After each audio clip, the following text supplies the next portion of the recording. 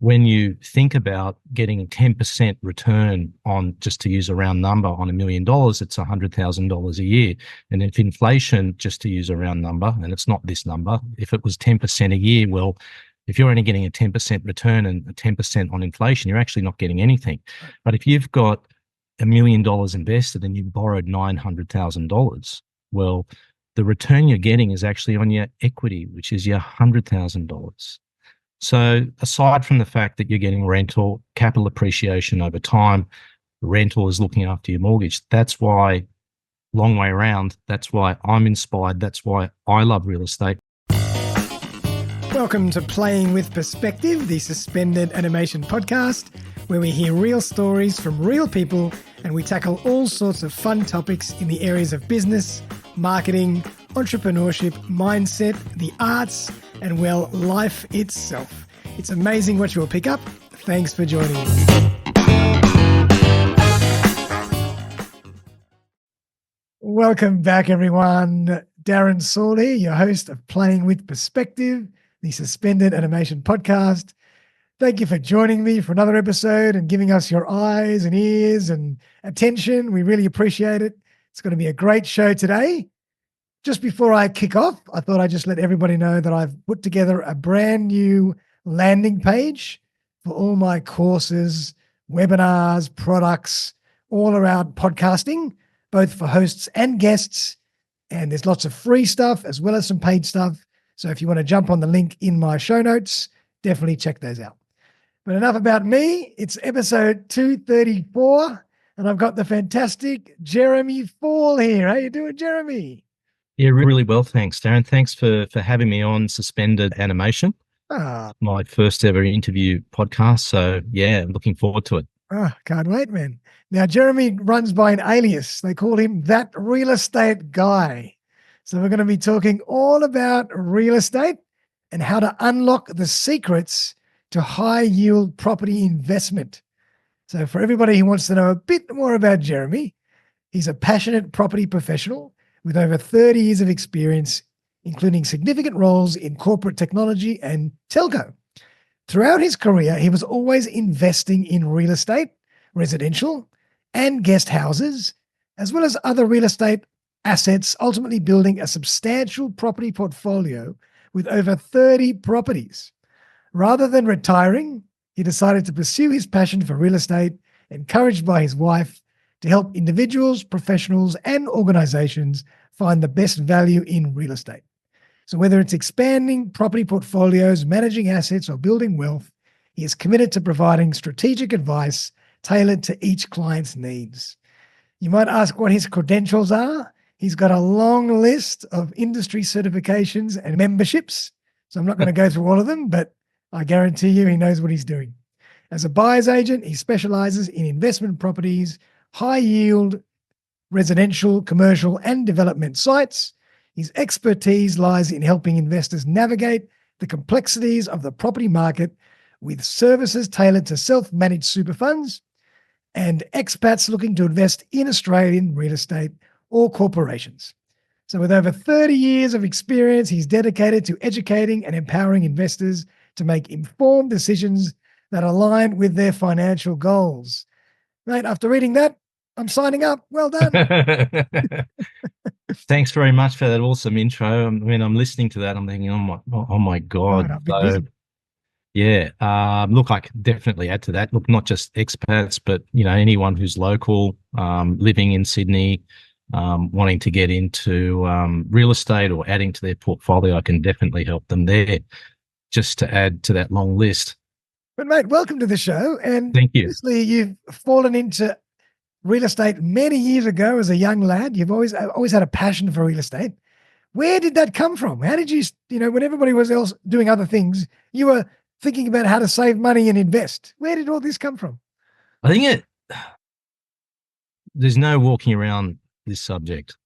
A single mum, working really hard, wanting to have, there was always in my family, it's just my mother and I, there was always a lack of financial resources. And we're talking circa, 70s, early 80s. And I watched my mum, 3 jobs, trying to make it happen. And we were always short, like I was getting, secondhand clothing. Mum would basically rock up and say, look, here's a paper bag. I want you to choose the clothing that kind of fits you. And the rest put back in the bag, and we'll kind of give it to someone else. And there were relatives that used to get, birthday presents and get new clothing that way, and always felt kind of a little bit out of place. And I guess that the point that I want to make here is it kind of always inspired me. And then it wasn't until my mother got into her own business, which at the time was a secretarial and printing business, and things started to change. So our financial situation started to improve, and then it actually improved beyond, I think, my mother's expectations, where she would drag me along to property opens on the weekend and say, what do you think about this? There's 3 apartments here, Jeremy. Should we buy it? It's a great investment. And I'm, holding her hand at 9 years of age. And I'm saying, what's an investment? So I guess not only that, having a grandfather, her father was a licensed real estate agent. My other grandfather actually in the 60s built a lot of the apartment buildings you see in and around Bondi in the eastern suburbs. So there were all these influences. And Love it. yeah, that's kind of, I guess, where my passion came from. So the technical side of that is really, if you look at, I would think that real estate really should be a great anchor investment. And if we're talking about individuals here, and we'll just leave commercial and corporations out of this, from a personal point of view, you've always got to look at the end in mind. And from a retirement point of view, you've got to see, well, where do I want to land? Where do I want to end up? What kind of income would I like to have to maintain that lifestyle that I want to have? In some ways, it's the white elephant in the room that everyone's kind of thinking about, but we're all stuck doing different things as we go through our life's journey to get there. And I think coming back to it, real estate's a great anchor because it's actually quite a scalable investment versus, say, if you're just looking at, say, equities, a stock market. When you buy a parcel of shares, you might buy 100 shares of Commonwealth Bank shares, and then you'll pay an amount for that, whatever that's going to be. And it's usually, from a property point of view, it's a significant amount of money less, and it's not necessarily debt funded. So from the technicality, away from my story in the beginning of my life, the technicality of this is that most people, most investors want to pay their properties off their homes, and they want to pay their investment properties off. And that's obviously the end game, because you've got to have an exit strategy, right? But during that process, if you're going to, let's just use round numbers, if you're going to buy an investment property for $1 million and you're going to put $100,000 in there as a deposit, well, it's a return on equity situation. So when you look at that return on equity situation, the technicality of it is you're actually going to be hedging against inflationary things and pressures that we all know about right now, because that's definitely a hot topic in the market, and that interest rates have gone up, rents have gone up, cost of living's gone up. So when you think about getting a 10% return on, just to use a round number, on $1 million, it's $100,000 a year. And if inflation, just to use a round number, and it's not this number, if it was 10% a year, well, if you're only getting a 10% return and a 10% on inflation, you're actually not getting anything. But if you've got $1 million invested and you borrowed $900,000, well, the return you're getting is actually on your equity, which is your $100,000. So there's, aside from the fact that you're getting rental, capital appreciation over time, rental is looking after your mortgage. That's why, long way around, that's why I'm inspired. That's why I love real estate, because, it can give you a great deal if you actually try and understand some of these points a little bit better. Yeah. It's always fascinating, isn't it? When you talk to people about investing, there's shares, there's property, there's whatever else. Everybody's got a different opinion. And some people are staunch property investors and some people are staunch share investors. But they don't seem to be a bit of a mix. It's usually one stream or the other they're more passionate about. Yeah, you're 100% spot on, Daz. And even within real estate circles, and again, just focusing on individuals, I've met all different types over the years, and I've met, like myself, I love guest houses. We'll call them boarding houses, or well, it's not such a new buzzword, new age boarding houses, or the other one now that, in corporate world and real estate investment trusts is the build to rent that are kind of, the latest asset type. But the specialization, like I've met, property investors that just buy one bedroom apartments. I've met property investors that just buy retail shops in Newtown and they have 10 of them. Wow. They don't have anything else. So, but then again, I've met others that have diversified, just like you would in a share portfolio. You can diversify your direct real estate assets, and you can have warehouse and logistics. You can have a guest house. You can have a couple of houses up in Rockhampton, and you can spread the risk around. And there's pros and cons for all those sorts of things as well. And I think you make a really good point. I think the reason is possibly that everything takes education. So if you really want to become good at property development, you have to learn, you have to study, you have to practice. There's a lot of intricacies, and shares has its own set of intricacies. So it's hard to really be an expert at both. You really have to dedicate time to really focus and understand and build your skill set with property. Would you say that's correct? Oh, absolutely. Even for myself, and the intro, I feel humbled, and I'm thinking I did, in terms of what I've done and built this portfolio, that I then decided at 48 years of age to go back and do a dual master's degree in property development investment with almost a sub-major in land valuation. And even after doing that, I'm constantly learning. I'm constantly trying to improve myself so I can add value for my clientele. And even then, my own specialty is definitely, residential real estate assets, guest houses and boarding houses, and, smaller development sites, and, a concentration on small warehouse. Yeah. And that's enough. I mean, there's so much more. I find that, you do have to specialize, and you just have to, be constantly looking out at strategies to give your clients best advice. Yeah. And you've kind of hit the nail on the head, because these days there's so much more to do with everything that we might take on, every project, that we need to start outsourcing it to specialists. We can't do it ourselves. We can do it ourselves, but it's going to take a lot of work and a lot of study and a lot of mistakes. So why not go to somebody that has dedicated their life to mastering the tools and the processes within that space? So, so in other words, why are buyer's agents so valuable? Because of that reason, I'm assuming. Yeah, I mean, look, for me, I decided not to concentrate on the forever home. I think that's a very unique buyer's agent. I feel that actually there's certainly a gap in the market in terms of someone. I'm certainly not the only buyer's agent in Australia concentrating on investment property. That's a fact, and there's lots. I can tell you without doubt, there are lots of awesome, buyers agents out there concentrating in investment properties in different areas and different regions and focusing on different things. So I think from my point of view, and I guess even from your point of view and understanding what you do in terms, I know you have a specialty in terms of concentrating in technology sector, and then it drills down even further into managed services and all that sort of stuff. So I know that you're an expert in understanding, organizational requirements when it comes to putting those types of resources into employment.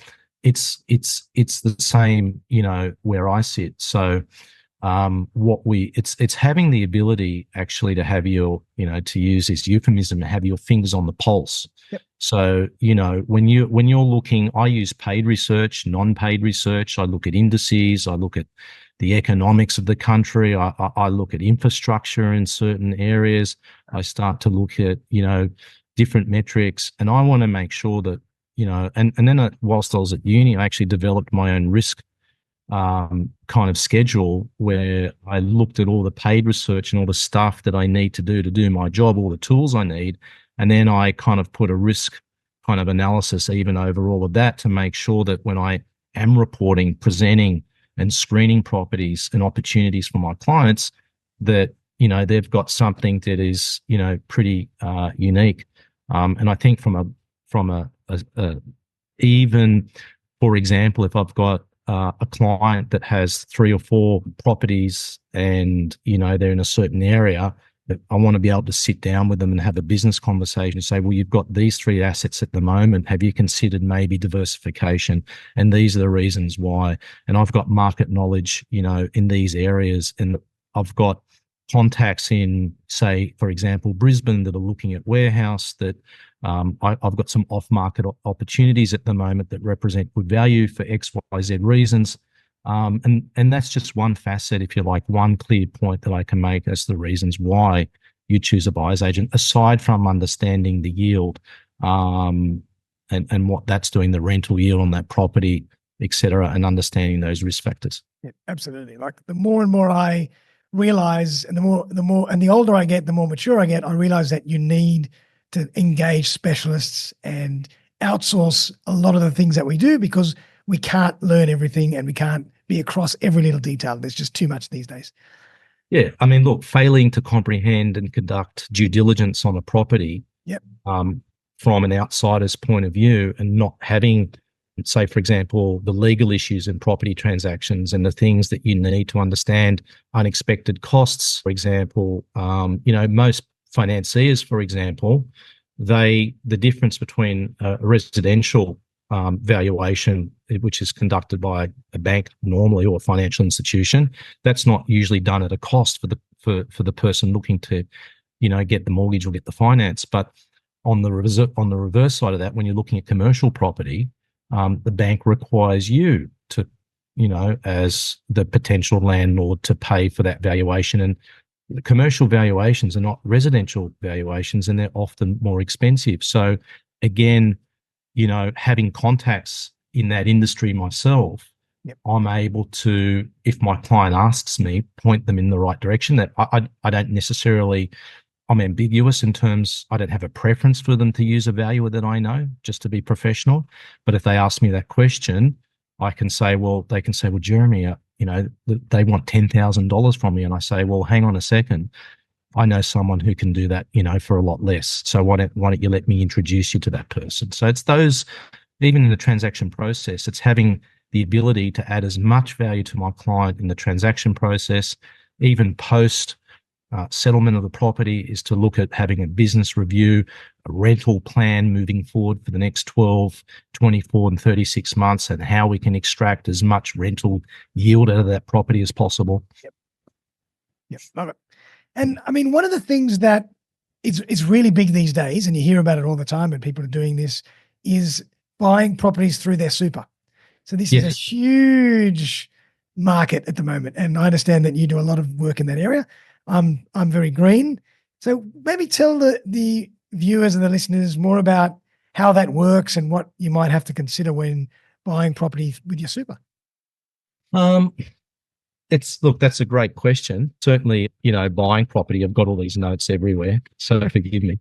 Buying property in your super is, look, there's 4 points that I want to make, and leveraging self-managed super, because let's face it, look, from my point of view, when I have this conversation with clients, potential clients, often they haven't considered super.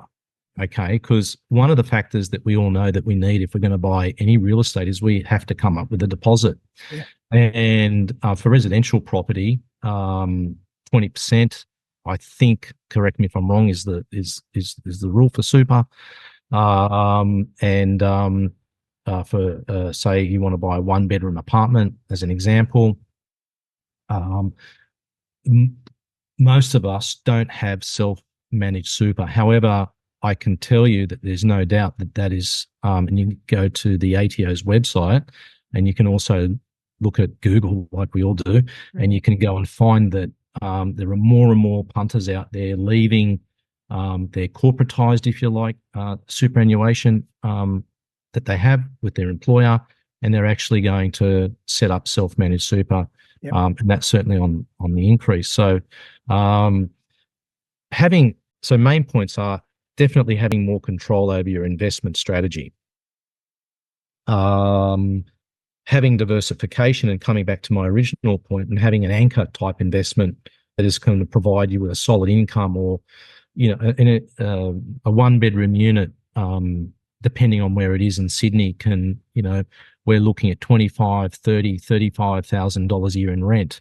So when you consider your end game, and how much you want to be earning, that's going to be a substantial component of the income within your super. Yep. If having plans of looking at an annuity style delivery of income, as opposed to chipping away at capital that took you those years to develop as an income strategy when you retire. So, there's definitely that. Tax efficiency, rental income from the property and capital gains are taxed at the concessional tax rate of 15%, and potentially lowers 10% for long-term capital gains, boosting your investment returns. So I think when you look at all of that, I think those are the main points, in terms about, superannuation. And then really what you need to do, and you need to get in contact with your accountant.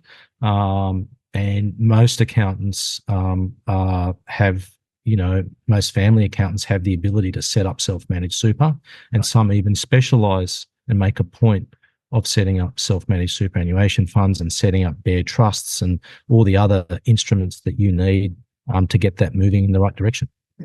And with self-managed super, any income or any growth is always just kept in that entity, and you can't access it till a certain age. Is that correct? Yeah, you can't, and yes, that's correct, and it's until the vesting age, and it's I understand that that's going to be different depending on the year that you're born. I know that our parents, it's different for them, and for us, it's different, and maybe for the younger generations, and that's certainly a hot point of contention that we see in newspapers all the time. But when we're looking at, again, coming back to the end game, and when we're looking at all those different areas of income, you might have a strategy where you may have investment property outside of superannuation as well. So there is no obvious vesting age, for that. So you may have a strategy when you sit down with your buyer's agent and start to decide how you'd like your property portfolio to be built over time. The whole idea is to, if you are a property person and you love that type of asset, then the idea would be is to see, how strategically over time you could build your property portfolio. Yep. So you could have, one or two outside of super, one or two inside of super, and then you've got I guess a business plan in place, looking at how you can move forward with that. Yeah, makes perfect sense. You're building and structuring a strategic portfolio. It's not just, you're not just haphazardly buying on a whim. 100%. Yep, nice. So I'd love to learn more about how you actually help mitigate risks for your clients if they engage you. Yeah, I mean, look, property, I guess Australians have always had a passion, I guess, for residential real estate in particular. If we're looking Great at Australian dream, everybody wants to have that property. 100%, and that's exactly what I was going to get to. You're reading my mind right there. So the Great Australian Dream, that was kind of almost coined, I believe, around the 1950s, when Australia had a huge influx of population growth, the baby boomers, if you like, coming from the United Kingdom, all over the place, new immigrants. That's Australia's story. And then I think the government of the day wanted to try and reach 10 million, right? And here we stand today, our population, because there's two underlying principles, right, that basically allow for real estate growth. And those two underlying principles are income, and the other one is population growth. So that great Aussie dream that was touted of having your quarter acre block, which is about 1,000 square meters, I think that dream now, though, in terms of size of land, is not 1,000 square meters, certainly not in Sydney, for obvious reasons. But yeah, and I think that's where it kind of stems from, and where our love affair has come into play for investment property. Yeah, I think you always find that it's part of the Australian culture to strive to have something in bricks and mortar. It's just part of the way we grew up. Part of the way we grew up, and depending on what metric that you look at, like economically, we're either, in terms of our net wealth or our GDP, which don't quote me on it. I think it's around $60,000 a year. Australians are consistently in the top 10 wealthiest nations Wow. in the world. At least from the sources I've read. So Wow, yeah, and I did look at I did look at a good half a dozen, and it's actually quite amazing. And I think that's another, the tangible reality of that is that obviously has a lot to do with our love affair, our passion for real estate. Absolutely. It's actually 15% of our GDP. Right. Across the board, which is the largest in when I'm talking about everything. Yep. So I'm talking about development, real estate, or the subsidiary services associated with it, management, the whole thing. It's absolutely astounding how much the real estate industry contributes to Australia's sovereign wealth. Wow, amazing. And so if people come to you and use your services, how do you engage with them and try and limit any risk as to the best of your ability? Well, I think great point, great question. I think the very first thing is the first consultation. Mm-hmm. What I'm trying to do is I'm trying to measure my client's understanding of risk, and I'm trying to understand their appetite for risk, because I feel that whilst they're and tongue in cheek, the headline for today's podcast was high yielding investment properties. Yep. But really, at the end of the day, that term I feel is used so much that, there are high yielding investment properties, but you and I both know this is just logic. If something has a higher yield than something else, then the question, and coming back to, your question about how I do things, and I'm trying to find out, the higher the yield, well, what's the potential risk? That's right. My job is to actually put logic behind risk and measure risk and explain those risks to my client. That's first and foremost. I'm trying to not only do that from the very first meeting, but I'm actually trying to do that once they come on board and engage my services. I'm trying to mitigate risk all the way through to the process until, that we find or search for the investment property that they're happy with.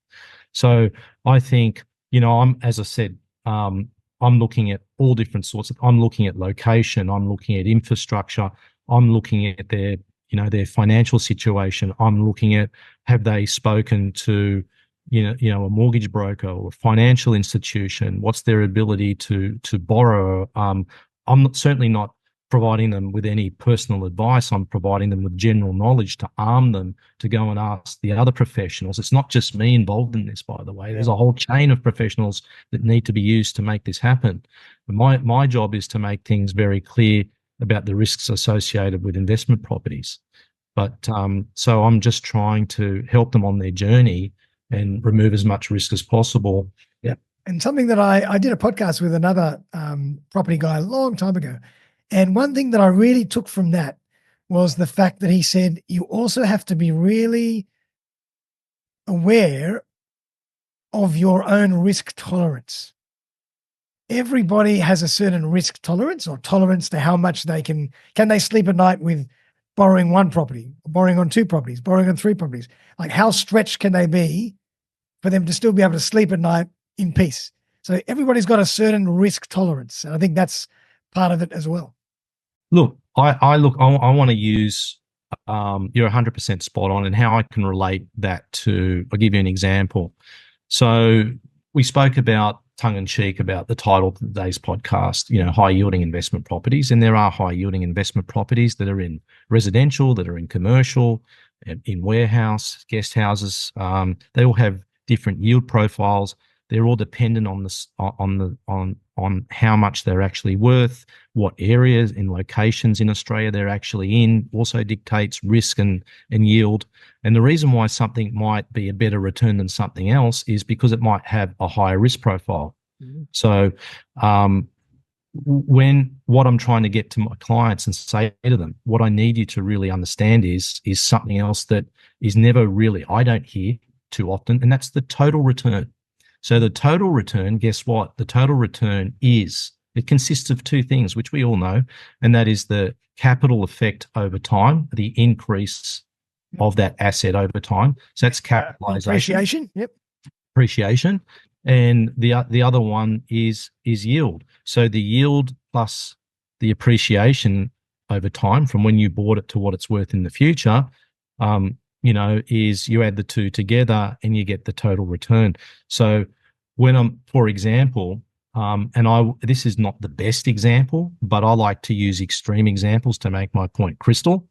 So if you were to look at an affluent area like Vaucluse, and we know that there are quite easily residential homes in Vaucluse worth $20 million, $15 million. I'm not proposing for 1 minute now that although there are clients that want that type of property, their forever home, or even as an investment, believe it or not. The yield on those properties, what do you think about those yields, Darren, yourself? Where do you think they'd lie? Would they be high or low yields, those types of properties? That's a good question, because they're already you're going in at such a high level. But I think the yields will still be high over time because the appreciation is dramatic. But if we were just to concentrate on rental yield, because it's a big buzzword whenever I sit with a client, oh, Jeremy, I want a high yield because I've got to pay my mortgage. The thing is, rental. You're talking about just rental yield. Just rental yield, to be clear. Gotcha, so gotcha. Yeah, then I'd say it'd probably be lower compared to the actual initial investment. Correct.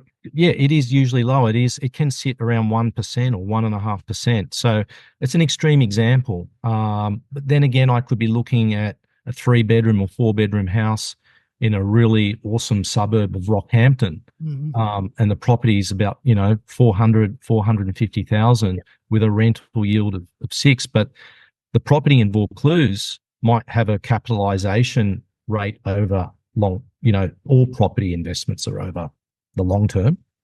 So you could look at that and say, as an example, I'm not saying it's this figure, but as an example, it could be 10 or 11% on the capitalization of that house in Vaucluse. Whereas the yield is 1.5%, giving it a total return value of around about 11.5% as an example over say a 12-month annualized return, right? In Rockhampton, depending on how where the market's at, it could actually be a lower capitalization rate depending on what's happened in terms of demand up there, or it could sit at 9 or 9.5%, or it could sit at even 12 or 13 or 14%. That's so that's what I need to make crystal clear to investors is the appetite for risk doesn't always, having a high yield doesn't necessarily always mean that there's not a greater deal of risk associated with that particular property. That's depending on the market, depending on the location, depending on the area, depending on lots of variables. Yep, love it. There's so many factors to consider. And then, of course, there's the borrowing capability as well, and the leverage. That's the other thing that I realize is people that have multiple properties, they are using the bank's money and any appreciation possibly that's already accrued to leverage for the next property. It's all about how can I piggyback off the last one? Correct. And that's again, and let's come back, we have to come back to this yield question because, or the point of yield, because if we're looking at a lower yielding property, say at 3 or 4%, you'd rather have a high yielding property at 6 plus percent, because if you are in a situation where you're an employed, by a corporation, and that corporation, you're not able to earn any more money, you've already got a second job, your only other area of income is, looking at the high yield properties that are going to help you borrow more money, if that makes sense. Because there's two things going on with financial institutions. Not only do they want to see that you've got the equity in those properties, they also more and more so these days, they want to know that you can service the loan 100%. So yeah, that's where definitely, if you're and again, it comes down, my job is to read the client, to understand that when we have these discussions is to then position what I feel is the right type of investment, to suit their not only their investment strategy needs, but also their financial objectives as well, both from lending and what they're wanting to achieve. And would you work and talk to them about maybe other types of properties, not just residential, maybe commercial, maybe other things as well? Absolutely. I'm very passionate about industrial and logistics properties. I certainly think since if we look at the whole COVID equation, and if we look at the whole online retail space as an example, and even if we look at strategically, say for example, Sydney Mascot, it's a transport gateway into New South Wales, both from air and from sea. And of course, we've got another massive infrastructure, project happening, and I think it's due to be delivered 2026, which is Badgerys Creek. A warehouse is a strategic part of it. It's a must-have in any city. Yeah. For painfully obvious reasons, for light industry, for high-valued industry, where there's technology. I'll use the painfully obvious example, which is planes, need to be serviced, and there's a whole range of different subcategories of light industry that sit around airports. It could be a specialised engineering company that specialises in a part, and they just so happen that they need that warehouse. Or it could be Uber Eats that has this new dark, what they call dark warehouse, where there's no retail outlet, and they've got some sort of distribution model that's servicing a few suburbs away, because it increases the speed of their service. So whereas before, the point that I wanted to make about COVID, we all started using online services massively more, and you could see those statistics start appearing in all the different indexes that you can freely get your hands available on. And you could see that also your traditional retail types of shopping centres and retail shops obviously started to suffer, because everyone started using, and that hasn't stopped. So I definitely answer your question. Absolutely, it is a passion project, and certainly guest houses, boarding houses, BTR sites. I'll have a if I don't have the experience, I'll know someone who can help them. So yeah, absolutely. And what I'm hearing is that it's really about removing the emotion for the investor to not just flow with what they think they need, but what is actually going to bring them what they want in the long term, building a portfolio that's strategic and balanced. People might want to, it might be sexy and fun to always have residential properties, but some commercial properties mixed in might be very, very good. Yeah, absolutely. And I've got that in my portfolio, and at different points in the economy, when we go through different economic cycles, those properties are performing at different levels. And the whole idea is that I'm trying to get a form of consistent income for myself, because the way I pretty much live off my investments outside of my buyer's agency business. I'm living off my investments. So, I wanted to make sure that I had some degree of assurity when my income's landing in my bank account, that it is, that it's consistent. So, for example, the best example of that is through COVID, my residential rents went down by 30%, but some of the commercial assets I have, I was able to maintain them to a degree. So, it definitely, there's proof in the pudding, and it works. Yep. So nicely done. Yep. Now I want to chat about overseas investing in Australia. Sure. Is that still as big as it was? Because at one stage, a lot of countries were just buying. They were in every auction, just buying up everything in the eastern suburbs, for example. Is that still the case, or it's not as rampant as it used to be? I don't think look, the data, is obvious. It's not as rampant as it was. I guess what I'm also trying to do is not only just specialize in helping foreigners, and there is the investment, I think it's the Investment Foreign Review Board, if I've got it right, Foreign Investment Review Board. They look at non-residents, and for example, you can only buy, I think, off the plan or new development sites. You can't, if you're a non-resident of Australia, you can't buy. Can't go to a residential auction and just build an existing. You can't do it unless you have some residential visa. For example, I'm not sure, you can help me with this one. The old 457 visa, which allowed holiday visa, I think. A working, so maybe, I don't know if that's the visa, by the way. Yeah. It's gonna probably not. But unless you have, unless you're a resident, yep. You can be a foreigner and be a resident, then you can buy existing properties. And if you're not, but one thing that I'm also passionate about doing, there's a lot of Aussies executives working in London, investment banking, lawyers, New York, Singapore, Hong Kong, Dubai. Yeah. They're busy people. They want someone that they can trust in Australia, where they're buying investment properties, and even where they, dare I say it, because I said I wasn't involved in that, but I'm happy to buy them their forever home, because more than likely, whilst they're working abroad, that forever home is going to be an investment property. That's right. So, I also have the ability to look after that investment property for them while they're earning those 7-figure incomes as well. So lucky them. And what are the risks for people buying from overseas if they have the right visas and the right checks and balances to do that? Well, I think the inherent risk is very similar. That, look, there are some risks that are specific, like exchange rate, and understanding how that works, and timing. And there are companies that you can utilize to help delineate some of the risk, and they specialize in those sorts of things. So there's certainly exchange rate risk, and I guess the inherent risk is not being in Australia and not being in touch or in tune with the market.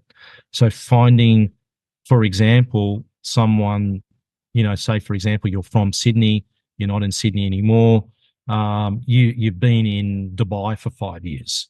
That's right. You are going to only have some sense memory, even though you might have been back maybe once or twice or 3 times or more, but you're not really going to have a fundamental understanding of what's really happening and how hot different suburbs are. And right. As you said before, your finger's not on the pulse. Yeah, your finger's not on the pulse, and you really want to be able to. This is what I do for a living. So, you want to deal with someone. I live in the eastern suburbs of Sydney, so at that end, they want to deal with someone who knows what they're talking about. Lower North Shore, eastern suburbs, or for that matter, if it's an investment property and they want to buy a warehouse in Botany, yep. So that's definitely, I see that as being probably one of the major risks for someone working abroad. Yeah, it makes perfect sense. So what do you think about the future in Australia and investment property? Any trends or things that you foresee happening that are... Such a broad, open-ended question. And, that one's a bit of a TFYP, a trap for young players, as we say.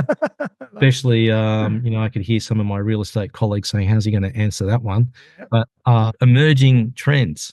Look, definitely residential real estate driven by a persistent lack of dwelling supply at the moment. That's certainly not a secret at all.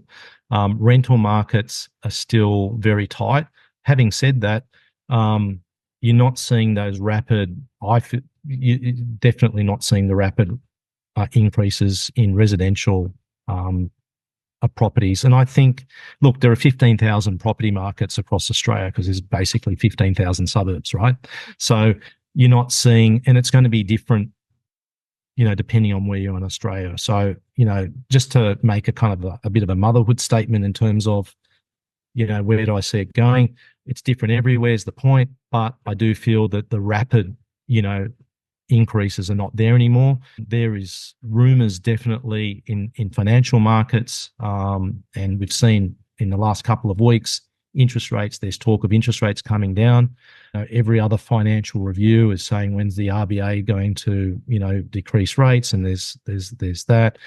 There's certainly from a developer and building, there's still, I think, challenges faced by developers where they've put projects because they, one of the terms that is hurdle rate or risk rate that we hear developers use. That basically means if it doesn't pass muster, are we going to develop the project or not? So a lot of developers have probably got sites where they've got approvals, but they're not putting buildings up because the cost of construction has been, going up. I think that is easing a little bit. And also the cost of funds, for some developers, not all, that maybe haven't been as strategic as others with their financing capacity. And then there is the horrible, painful, obvious things that happen in markets, and that's when builders go broke. And I think, I'm not hearing as much of that, but and I got to be honest, I'm not having my ears close to the ground because I'm concentrating on other things. But from time to time, I hear, another builder, and it's across the board. It's all size. It's big builders, little builders, and medium-sized builders in between.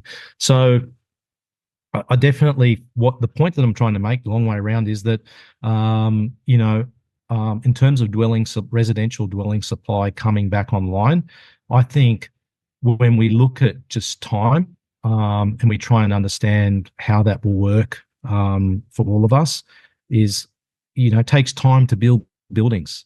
So the other thing that's going on, and it's not stopping, is net of migration, is still going to be happening at a number every year.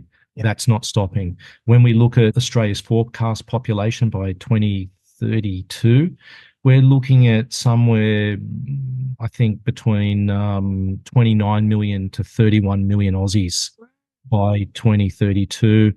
With an annual increase, I think, of about an average annual increase. That's somewhere between 1.2 and 1.6%, something like that. Wow. Per annum. So, the point that is clear from here is that rents, I feel, will be consistent. I don't see them necessarily reducing, but I just see them finding some sort of equilibrium where they're a bit more consistent and not on the rise. Yeah. So, and I see that as a trend for the next couple of years. Oh. In terms of that, a value-added landlord types of activities, I think the main working population base is the millennial generation, probably sitting at around about 5.1 to maybe 5.3 million millennial workers.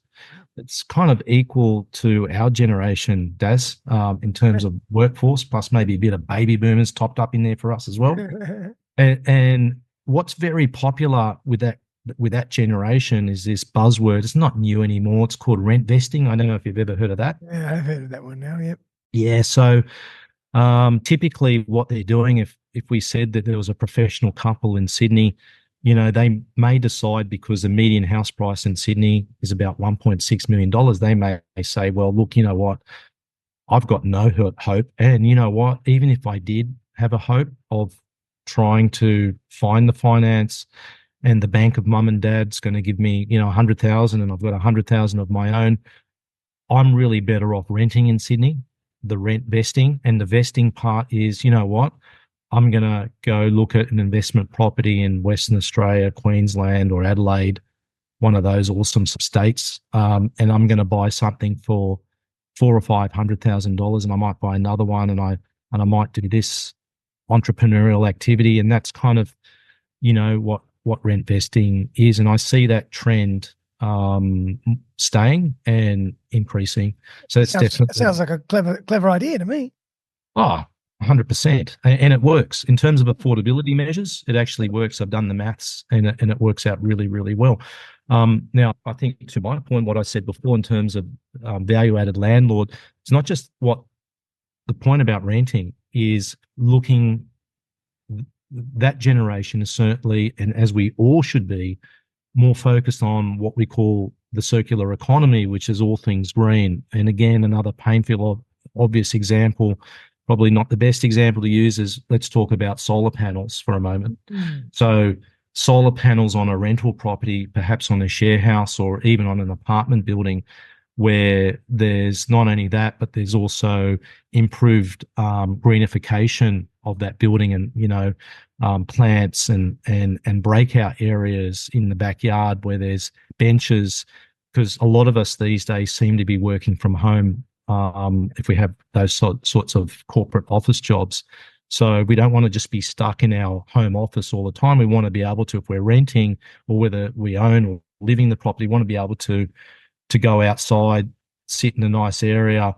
We also want to potentially know, if we're rented, that our landlord is focused on Mother Nature and has taken time to consider Mother Nature and maybe looked at the reduction of carbon footprint by putting, green energy on the roof.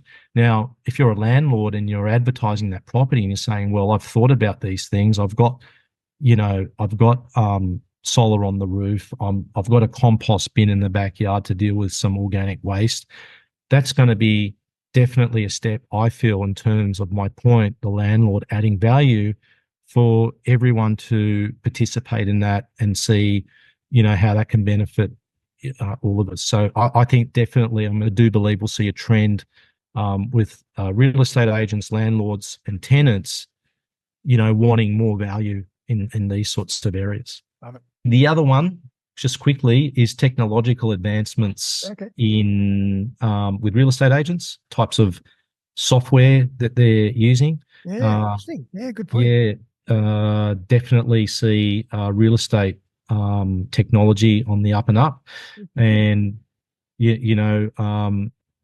I feel that real estate agents and rent rolls are becoming more competitive. And looking at some of the Macquarie Bank reports, you can, in their reports, they're definitely saying, the humble real estate agent it's having to compete more and more. And we are seeing in the market the corporatization of real estate businesses, where there are players out there buying rent rolls left, right, and centre, moving away from the hundreds of properties on their rent rolls to the thousands of properties on their rent rolls. So the question comes down to is how they're going to maintain service levels, and they're probably going to have to do that through business process improvement and technology platforms.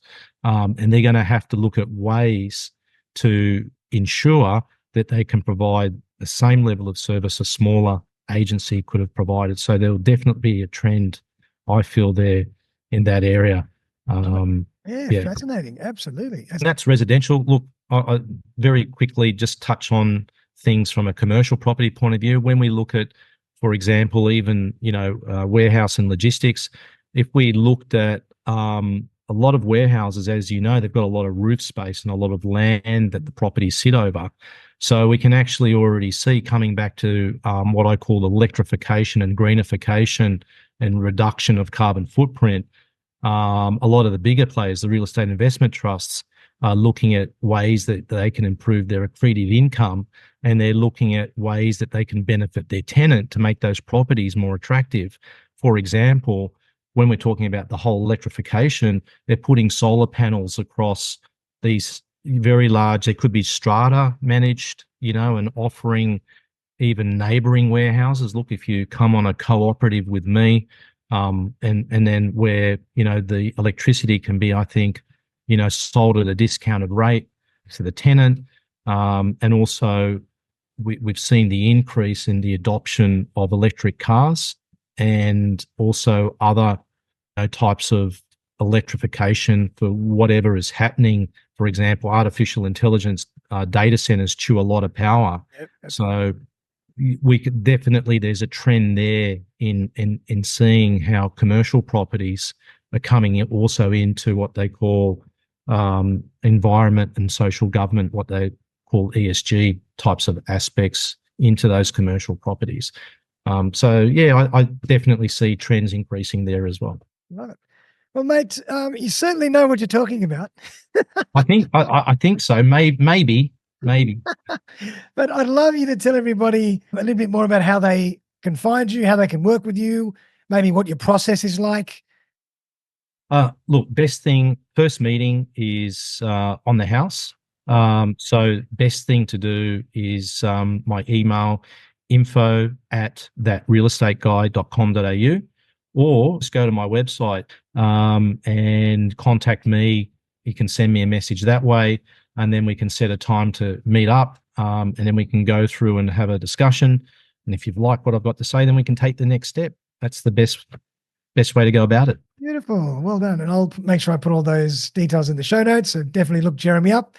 I can honestly say I've known him for a long time as well. He's a great guy. Thank you. He really knows his stuff. He's been doing this for 30 plus years, and he's a wealth of knowledge when it comes to property. So look him up. He knows what he's talking about. But really appreciate you coming on the show. That's been a fantastic discussion. I hope everybody really enjoyed that. Bit of a masterclass in property investment. You're being too kind, but look, thank you very much for having me. Yeah, look, I really appreciate the opportunity, and I'm looking forward maybe, to doing more of these. And yeah, it's been awesome. Thanks very much for having me. Sensational. But I always like to leave my guest with the last word. So is there anything that you want to leave the public with? Absolutely. Top tips. Yep, here we go. Okay, so top tips. If you've got residential real estate, the best thing you can do to get as much yield out of it as possible is make sure that you keep it current to the market. Very, very important. Focus on total return, not just high yielding properties, although it's very important for obvious reasons. And the other thing, another service that I'm offering is I do offer clients with existing portfolios a rental business plan. So we can sit down and we can discuss your portfolio or your investment property, and we can put a comprehensive plan together. I feel, don't just leave it up to the real estate agent. It's your property. Make sure that you stay on top of the situation, at least 12 to 24 months in front, be 5 steps in front all the time. Those are my top tips. Love it. Well, again, thanks for coming on, man. I really enjoyed that. Everyone, have a great weekend, and thanks for listening to me, Jeremy. We really appreciate your attention, and we look forward to seeing you for the next episode of Playing with Perspective, the Suspended Animation Podcast. Bye. Thanks very much. Everyone. Thanks again for joining me for another episode of Playing with Perspective, the Suspended Animation Podcast. If you would like to join me as a guest on the show, I would be delighted to collaborate. Just reach out via www.suspendedanimation.com.au. Also, remember to click on the link in the show notes for loads of great podcasting resources, webinars, courses, and opportunities to help you on your podcast journey. Many of them free. Have a great day, and I'll see you next time.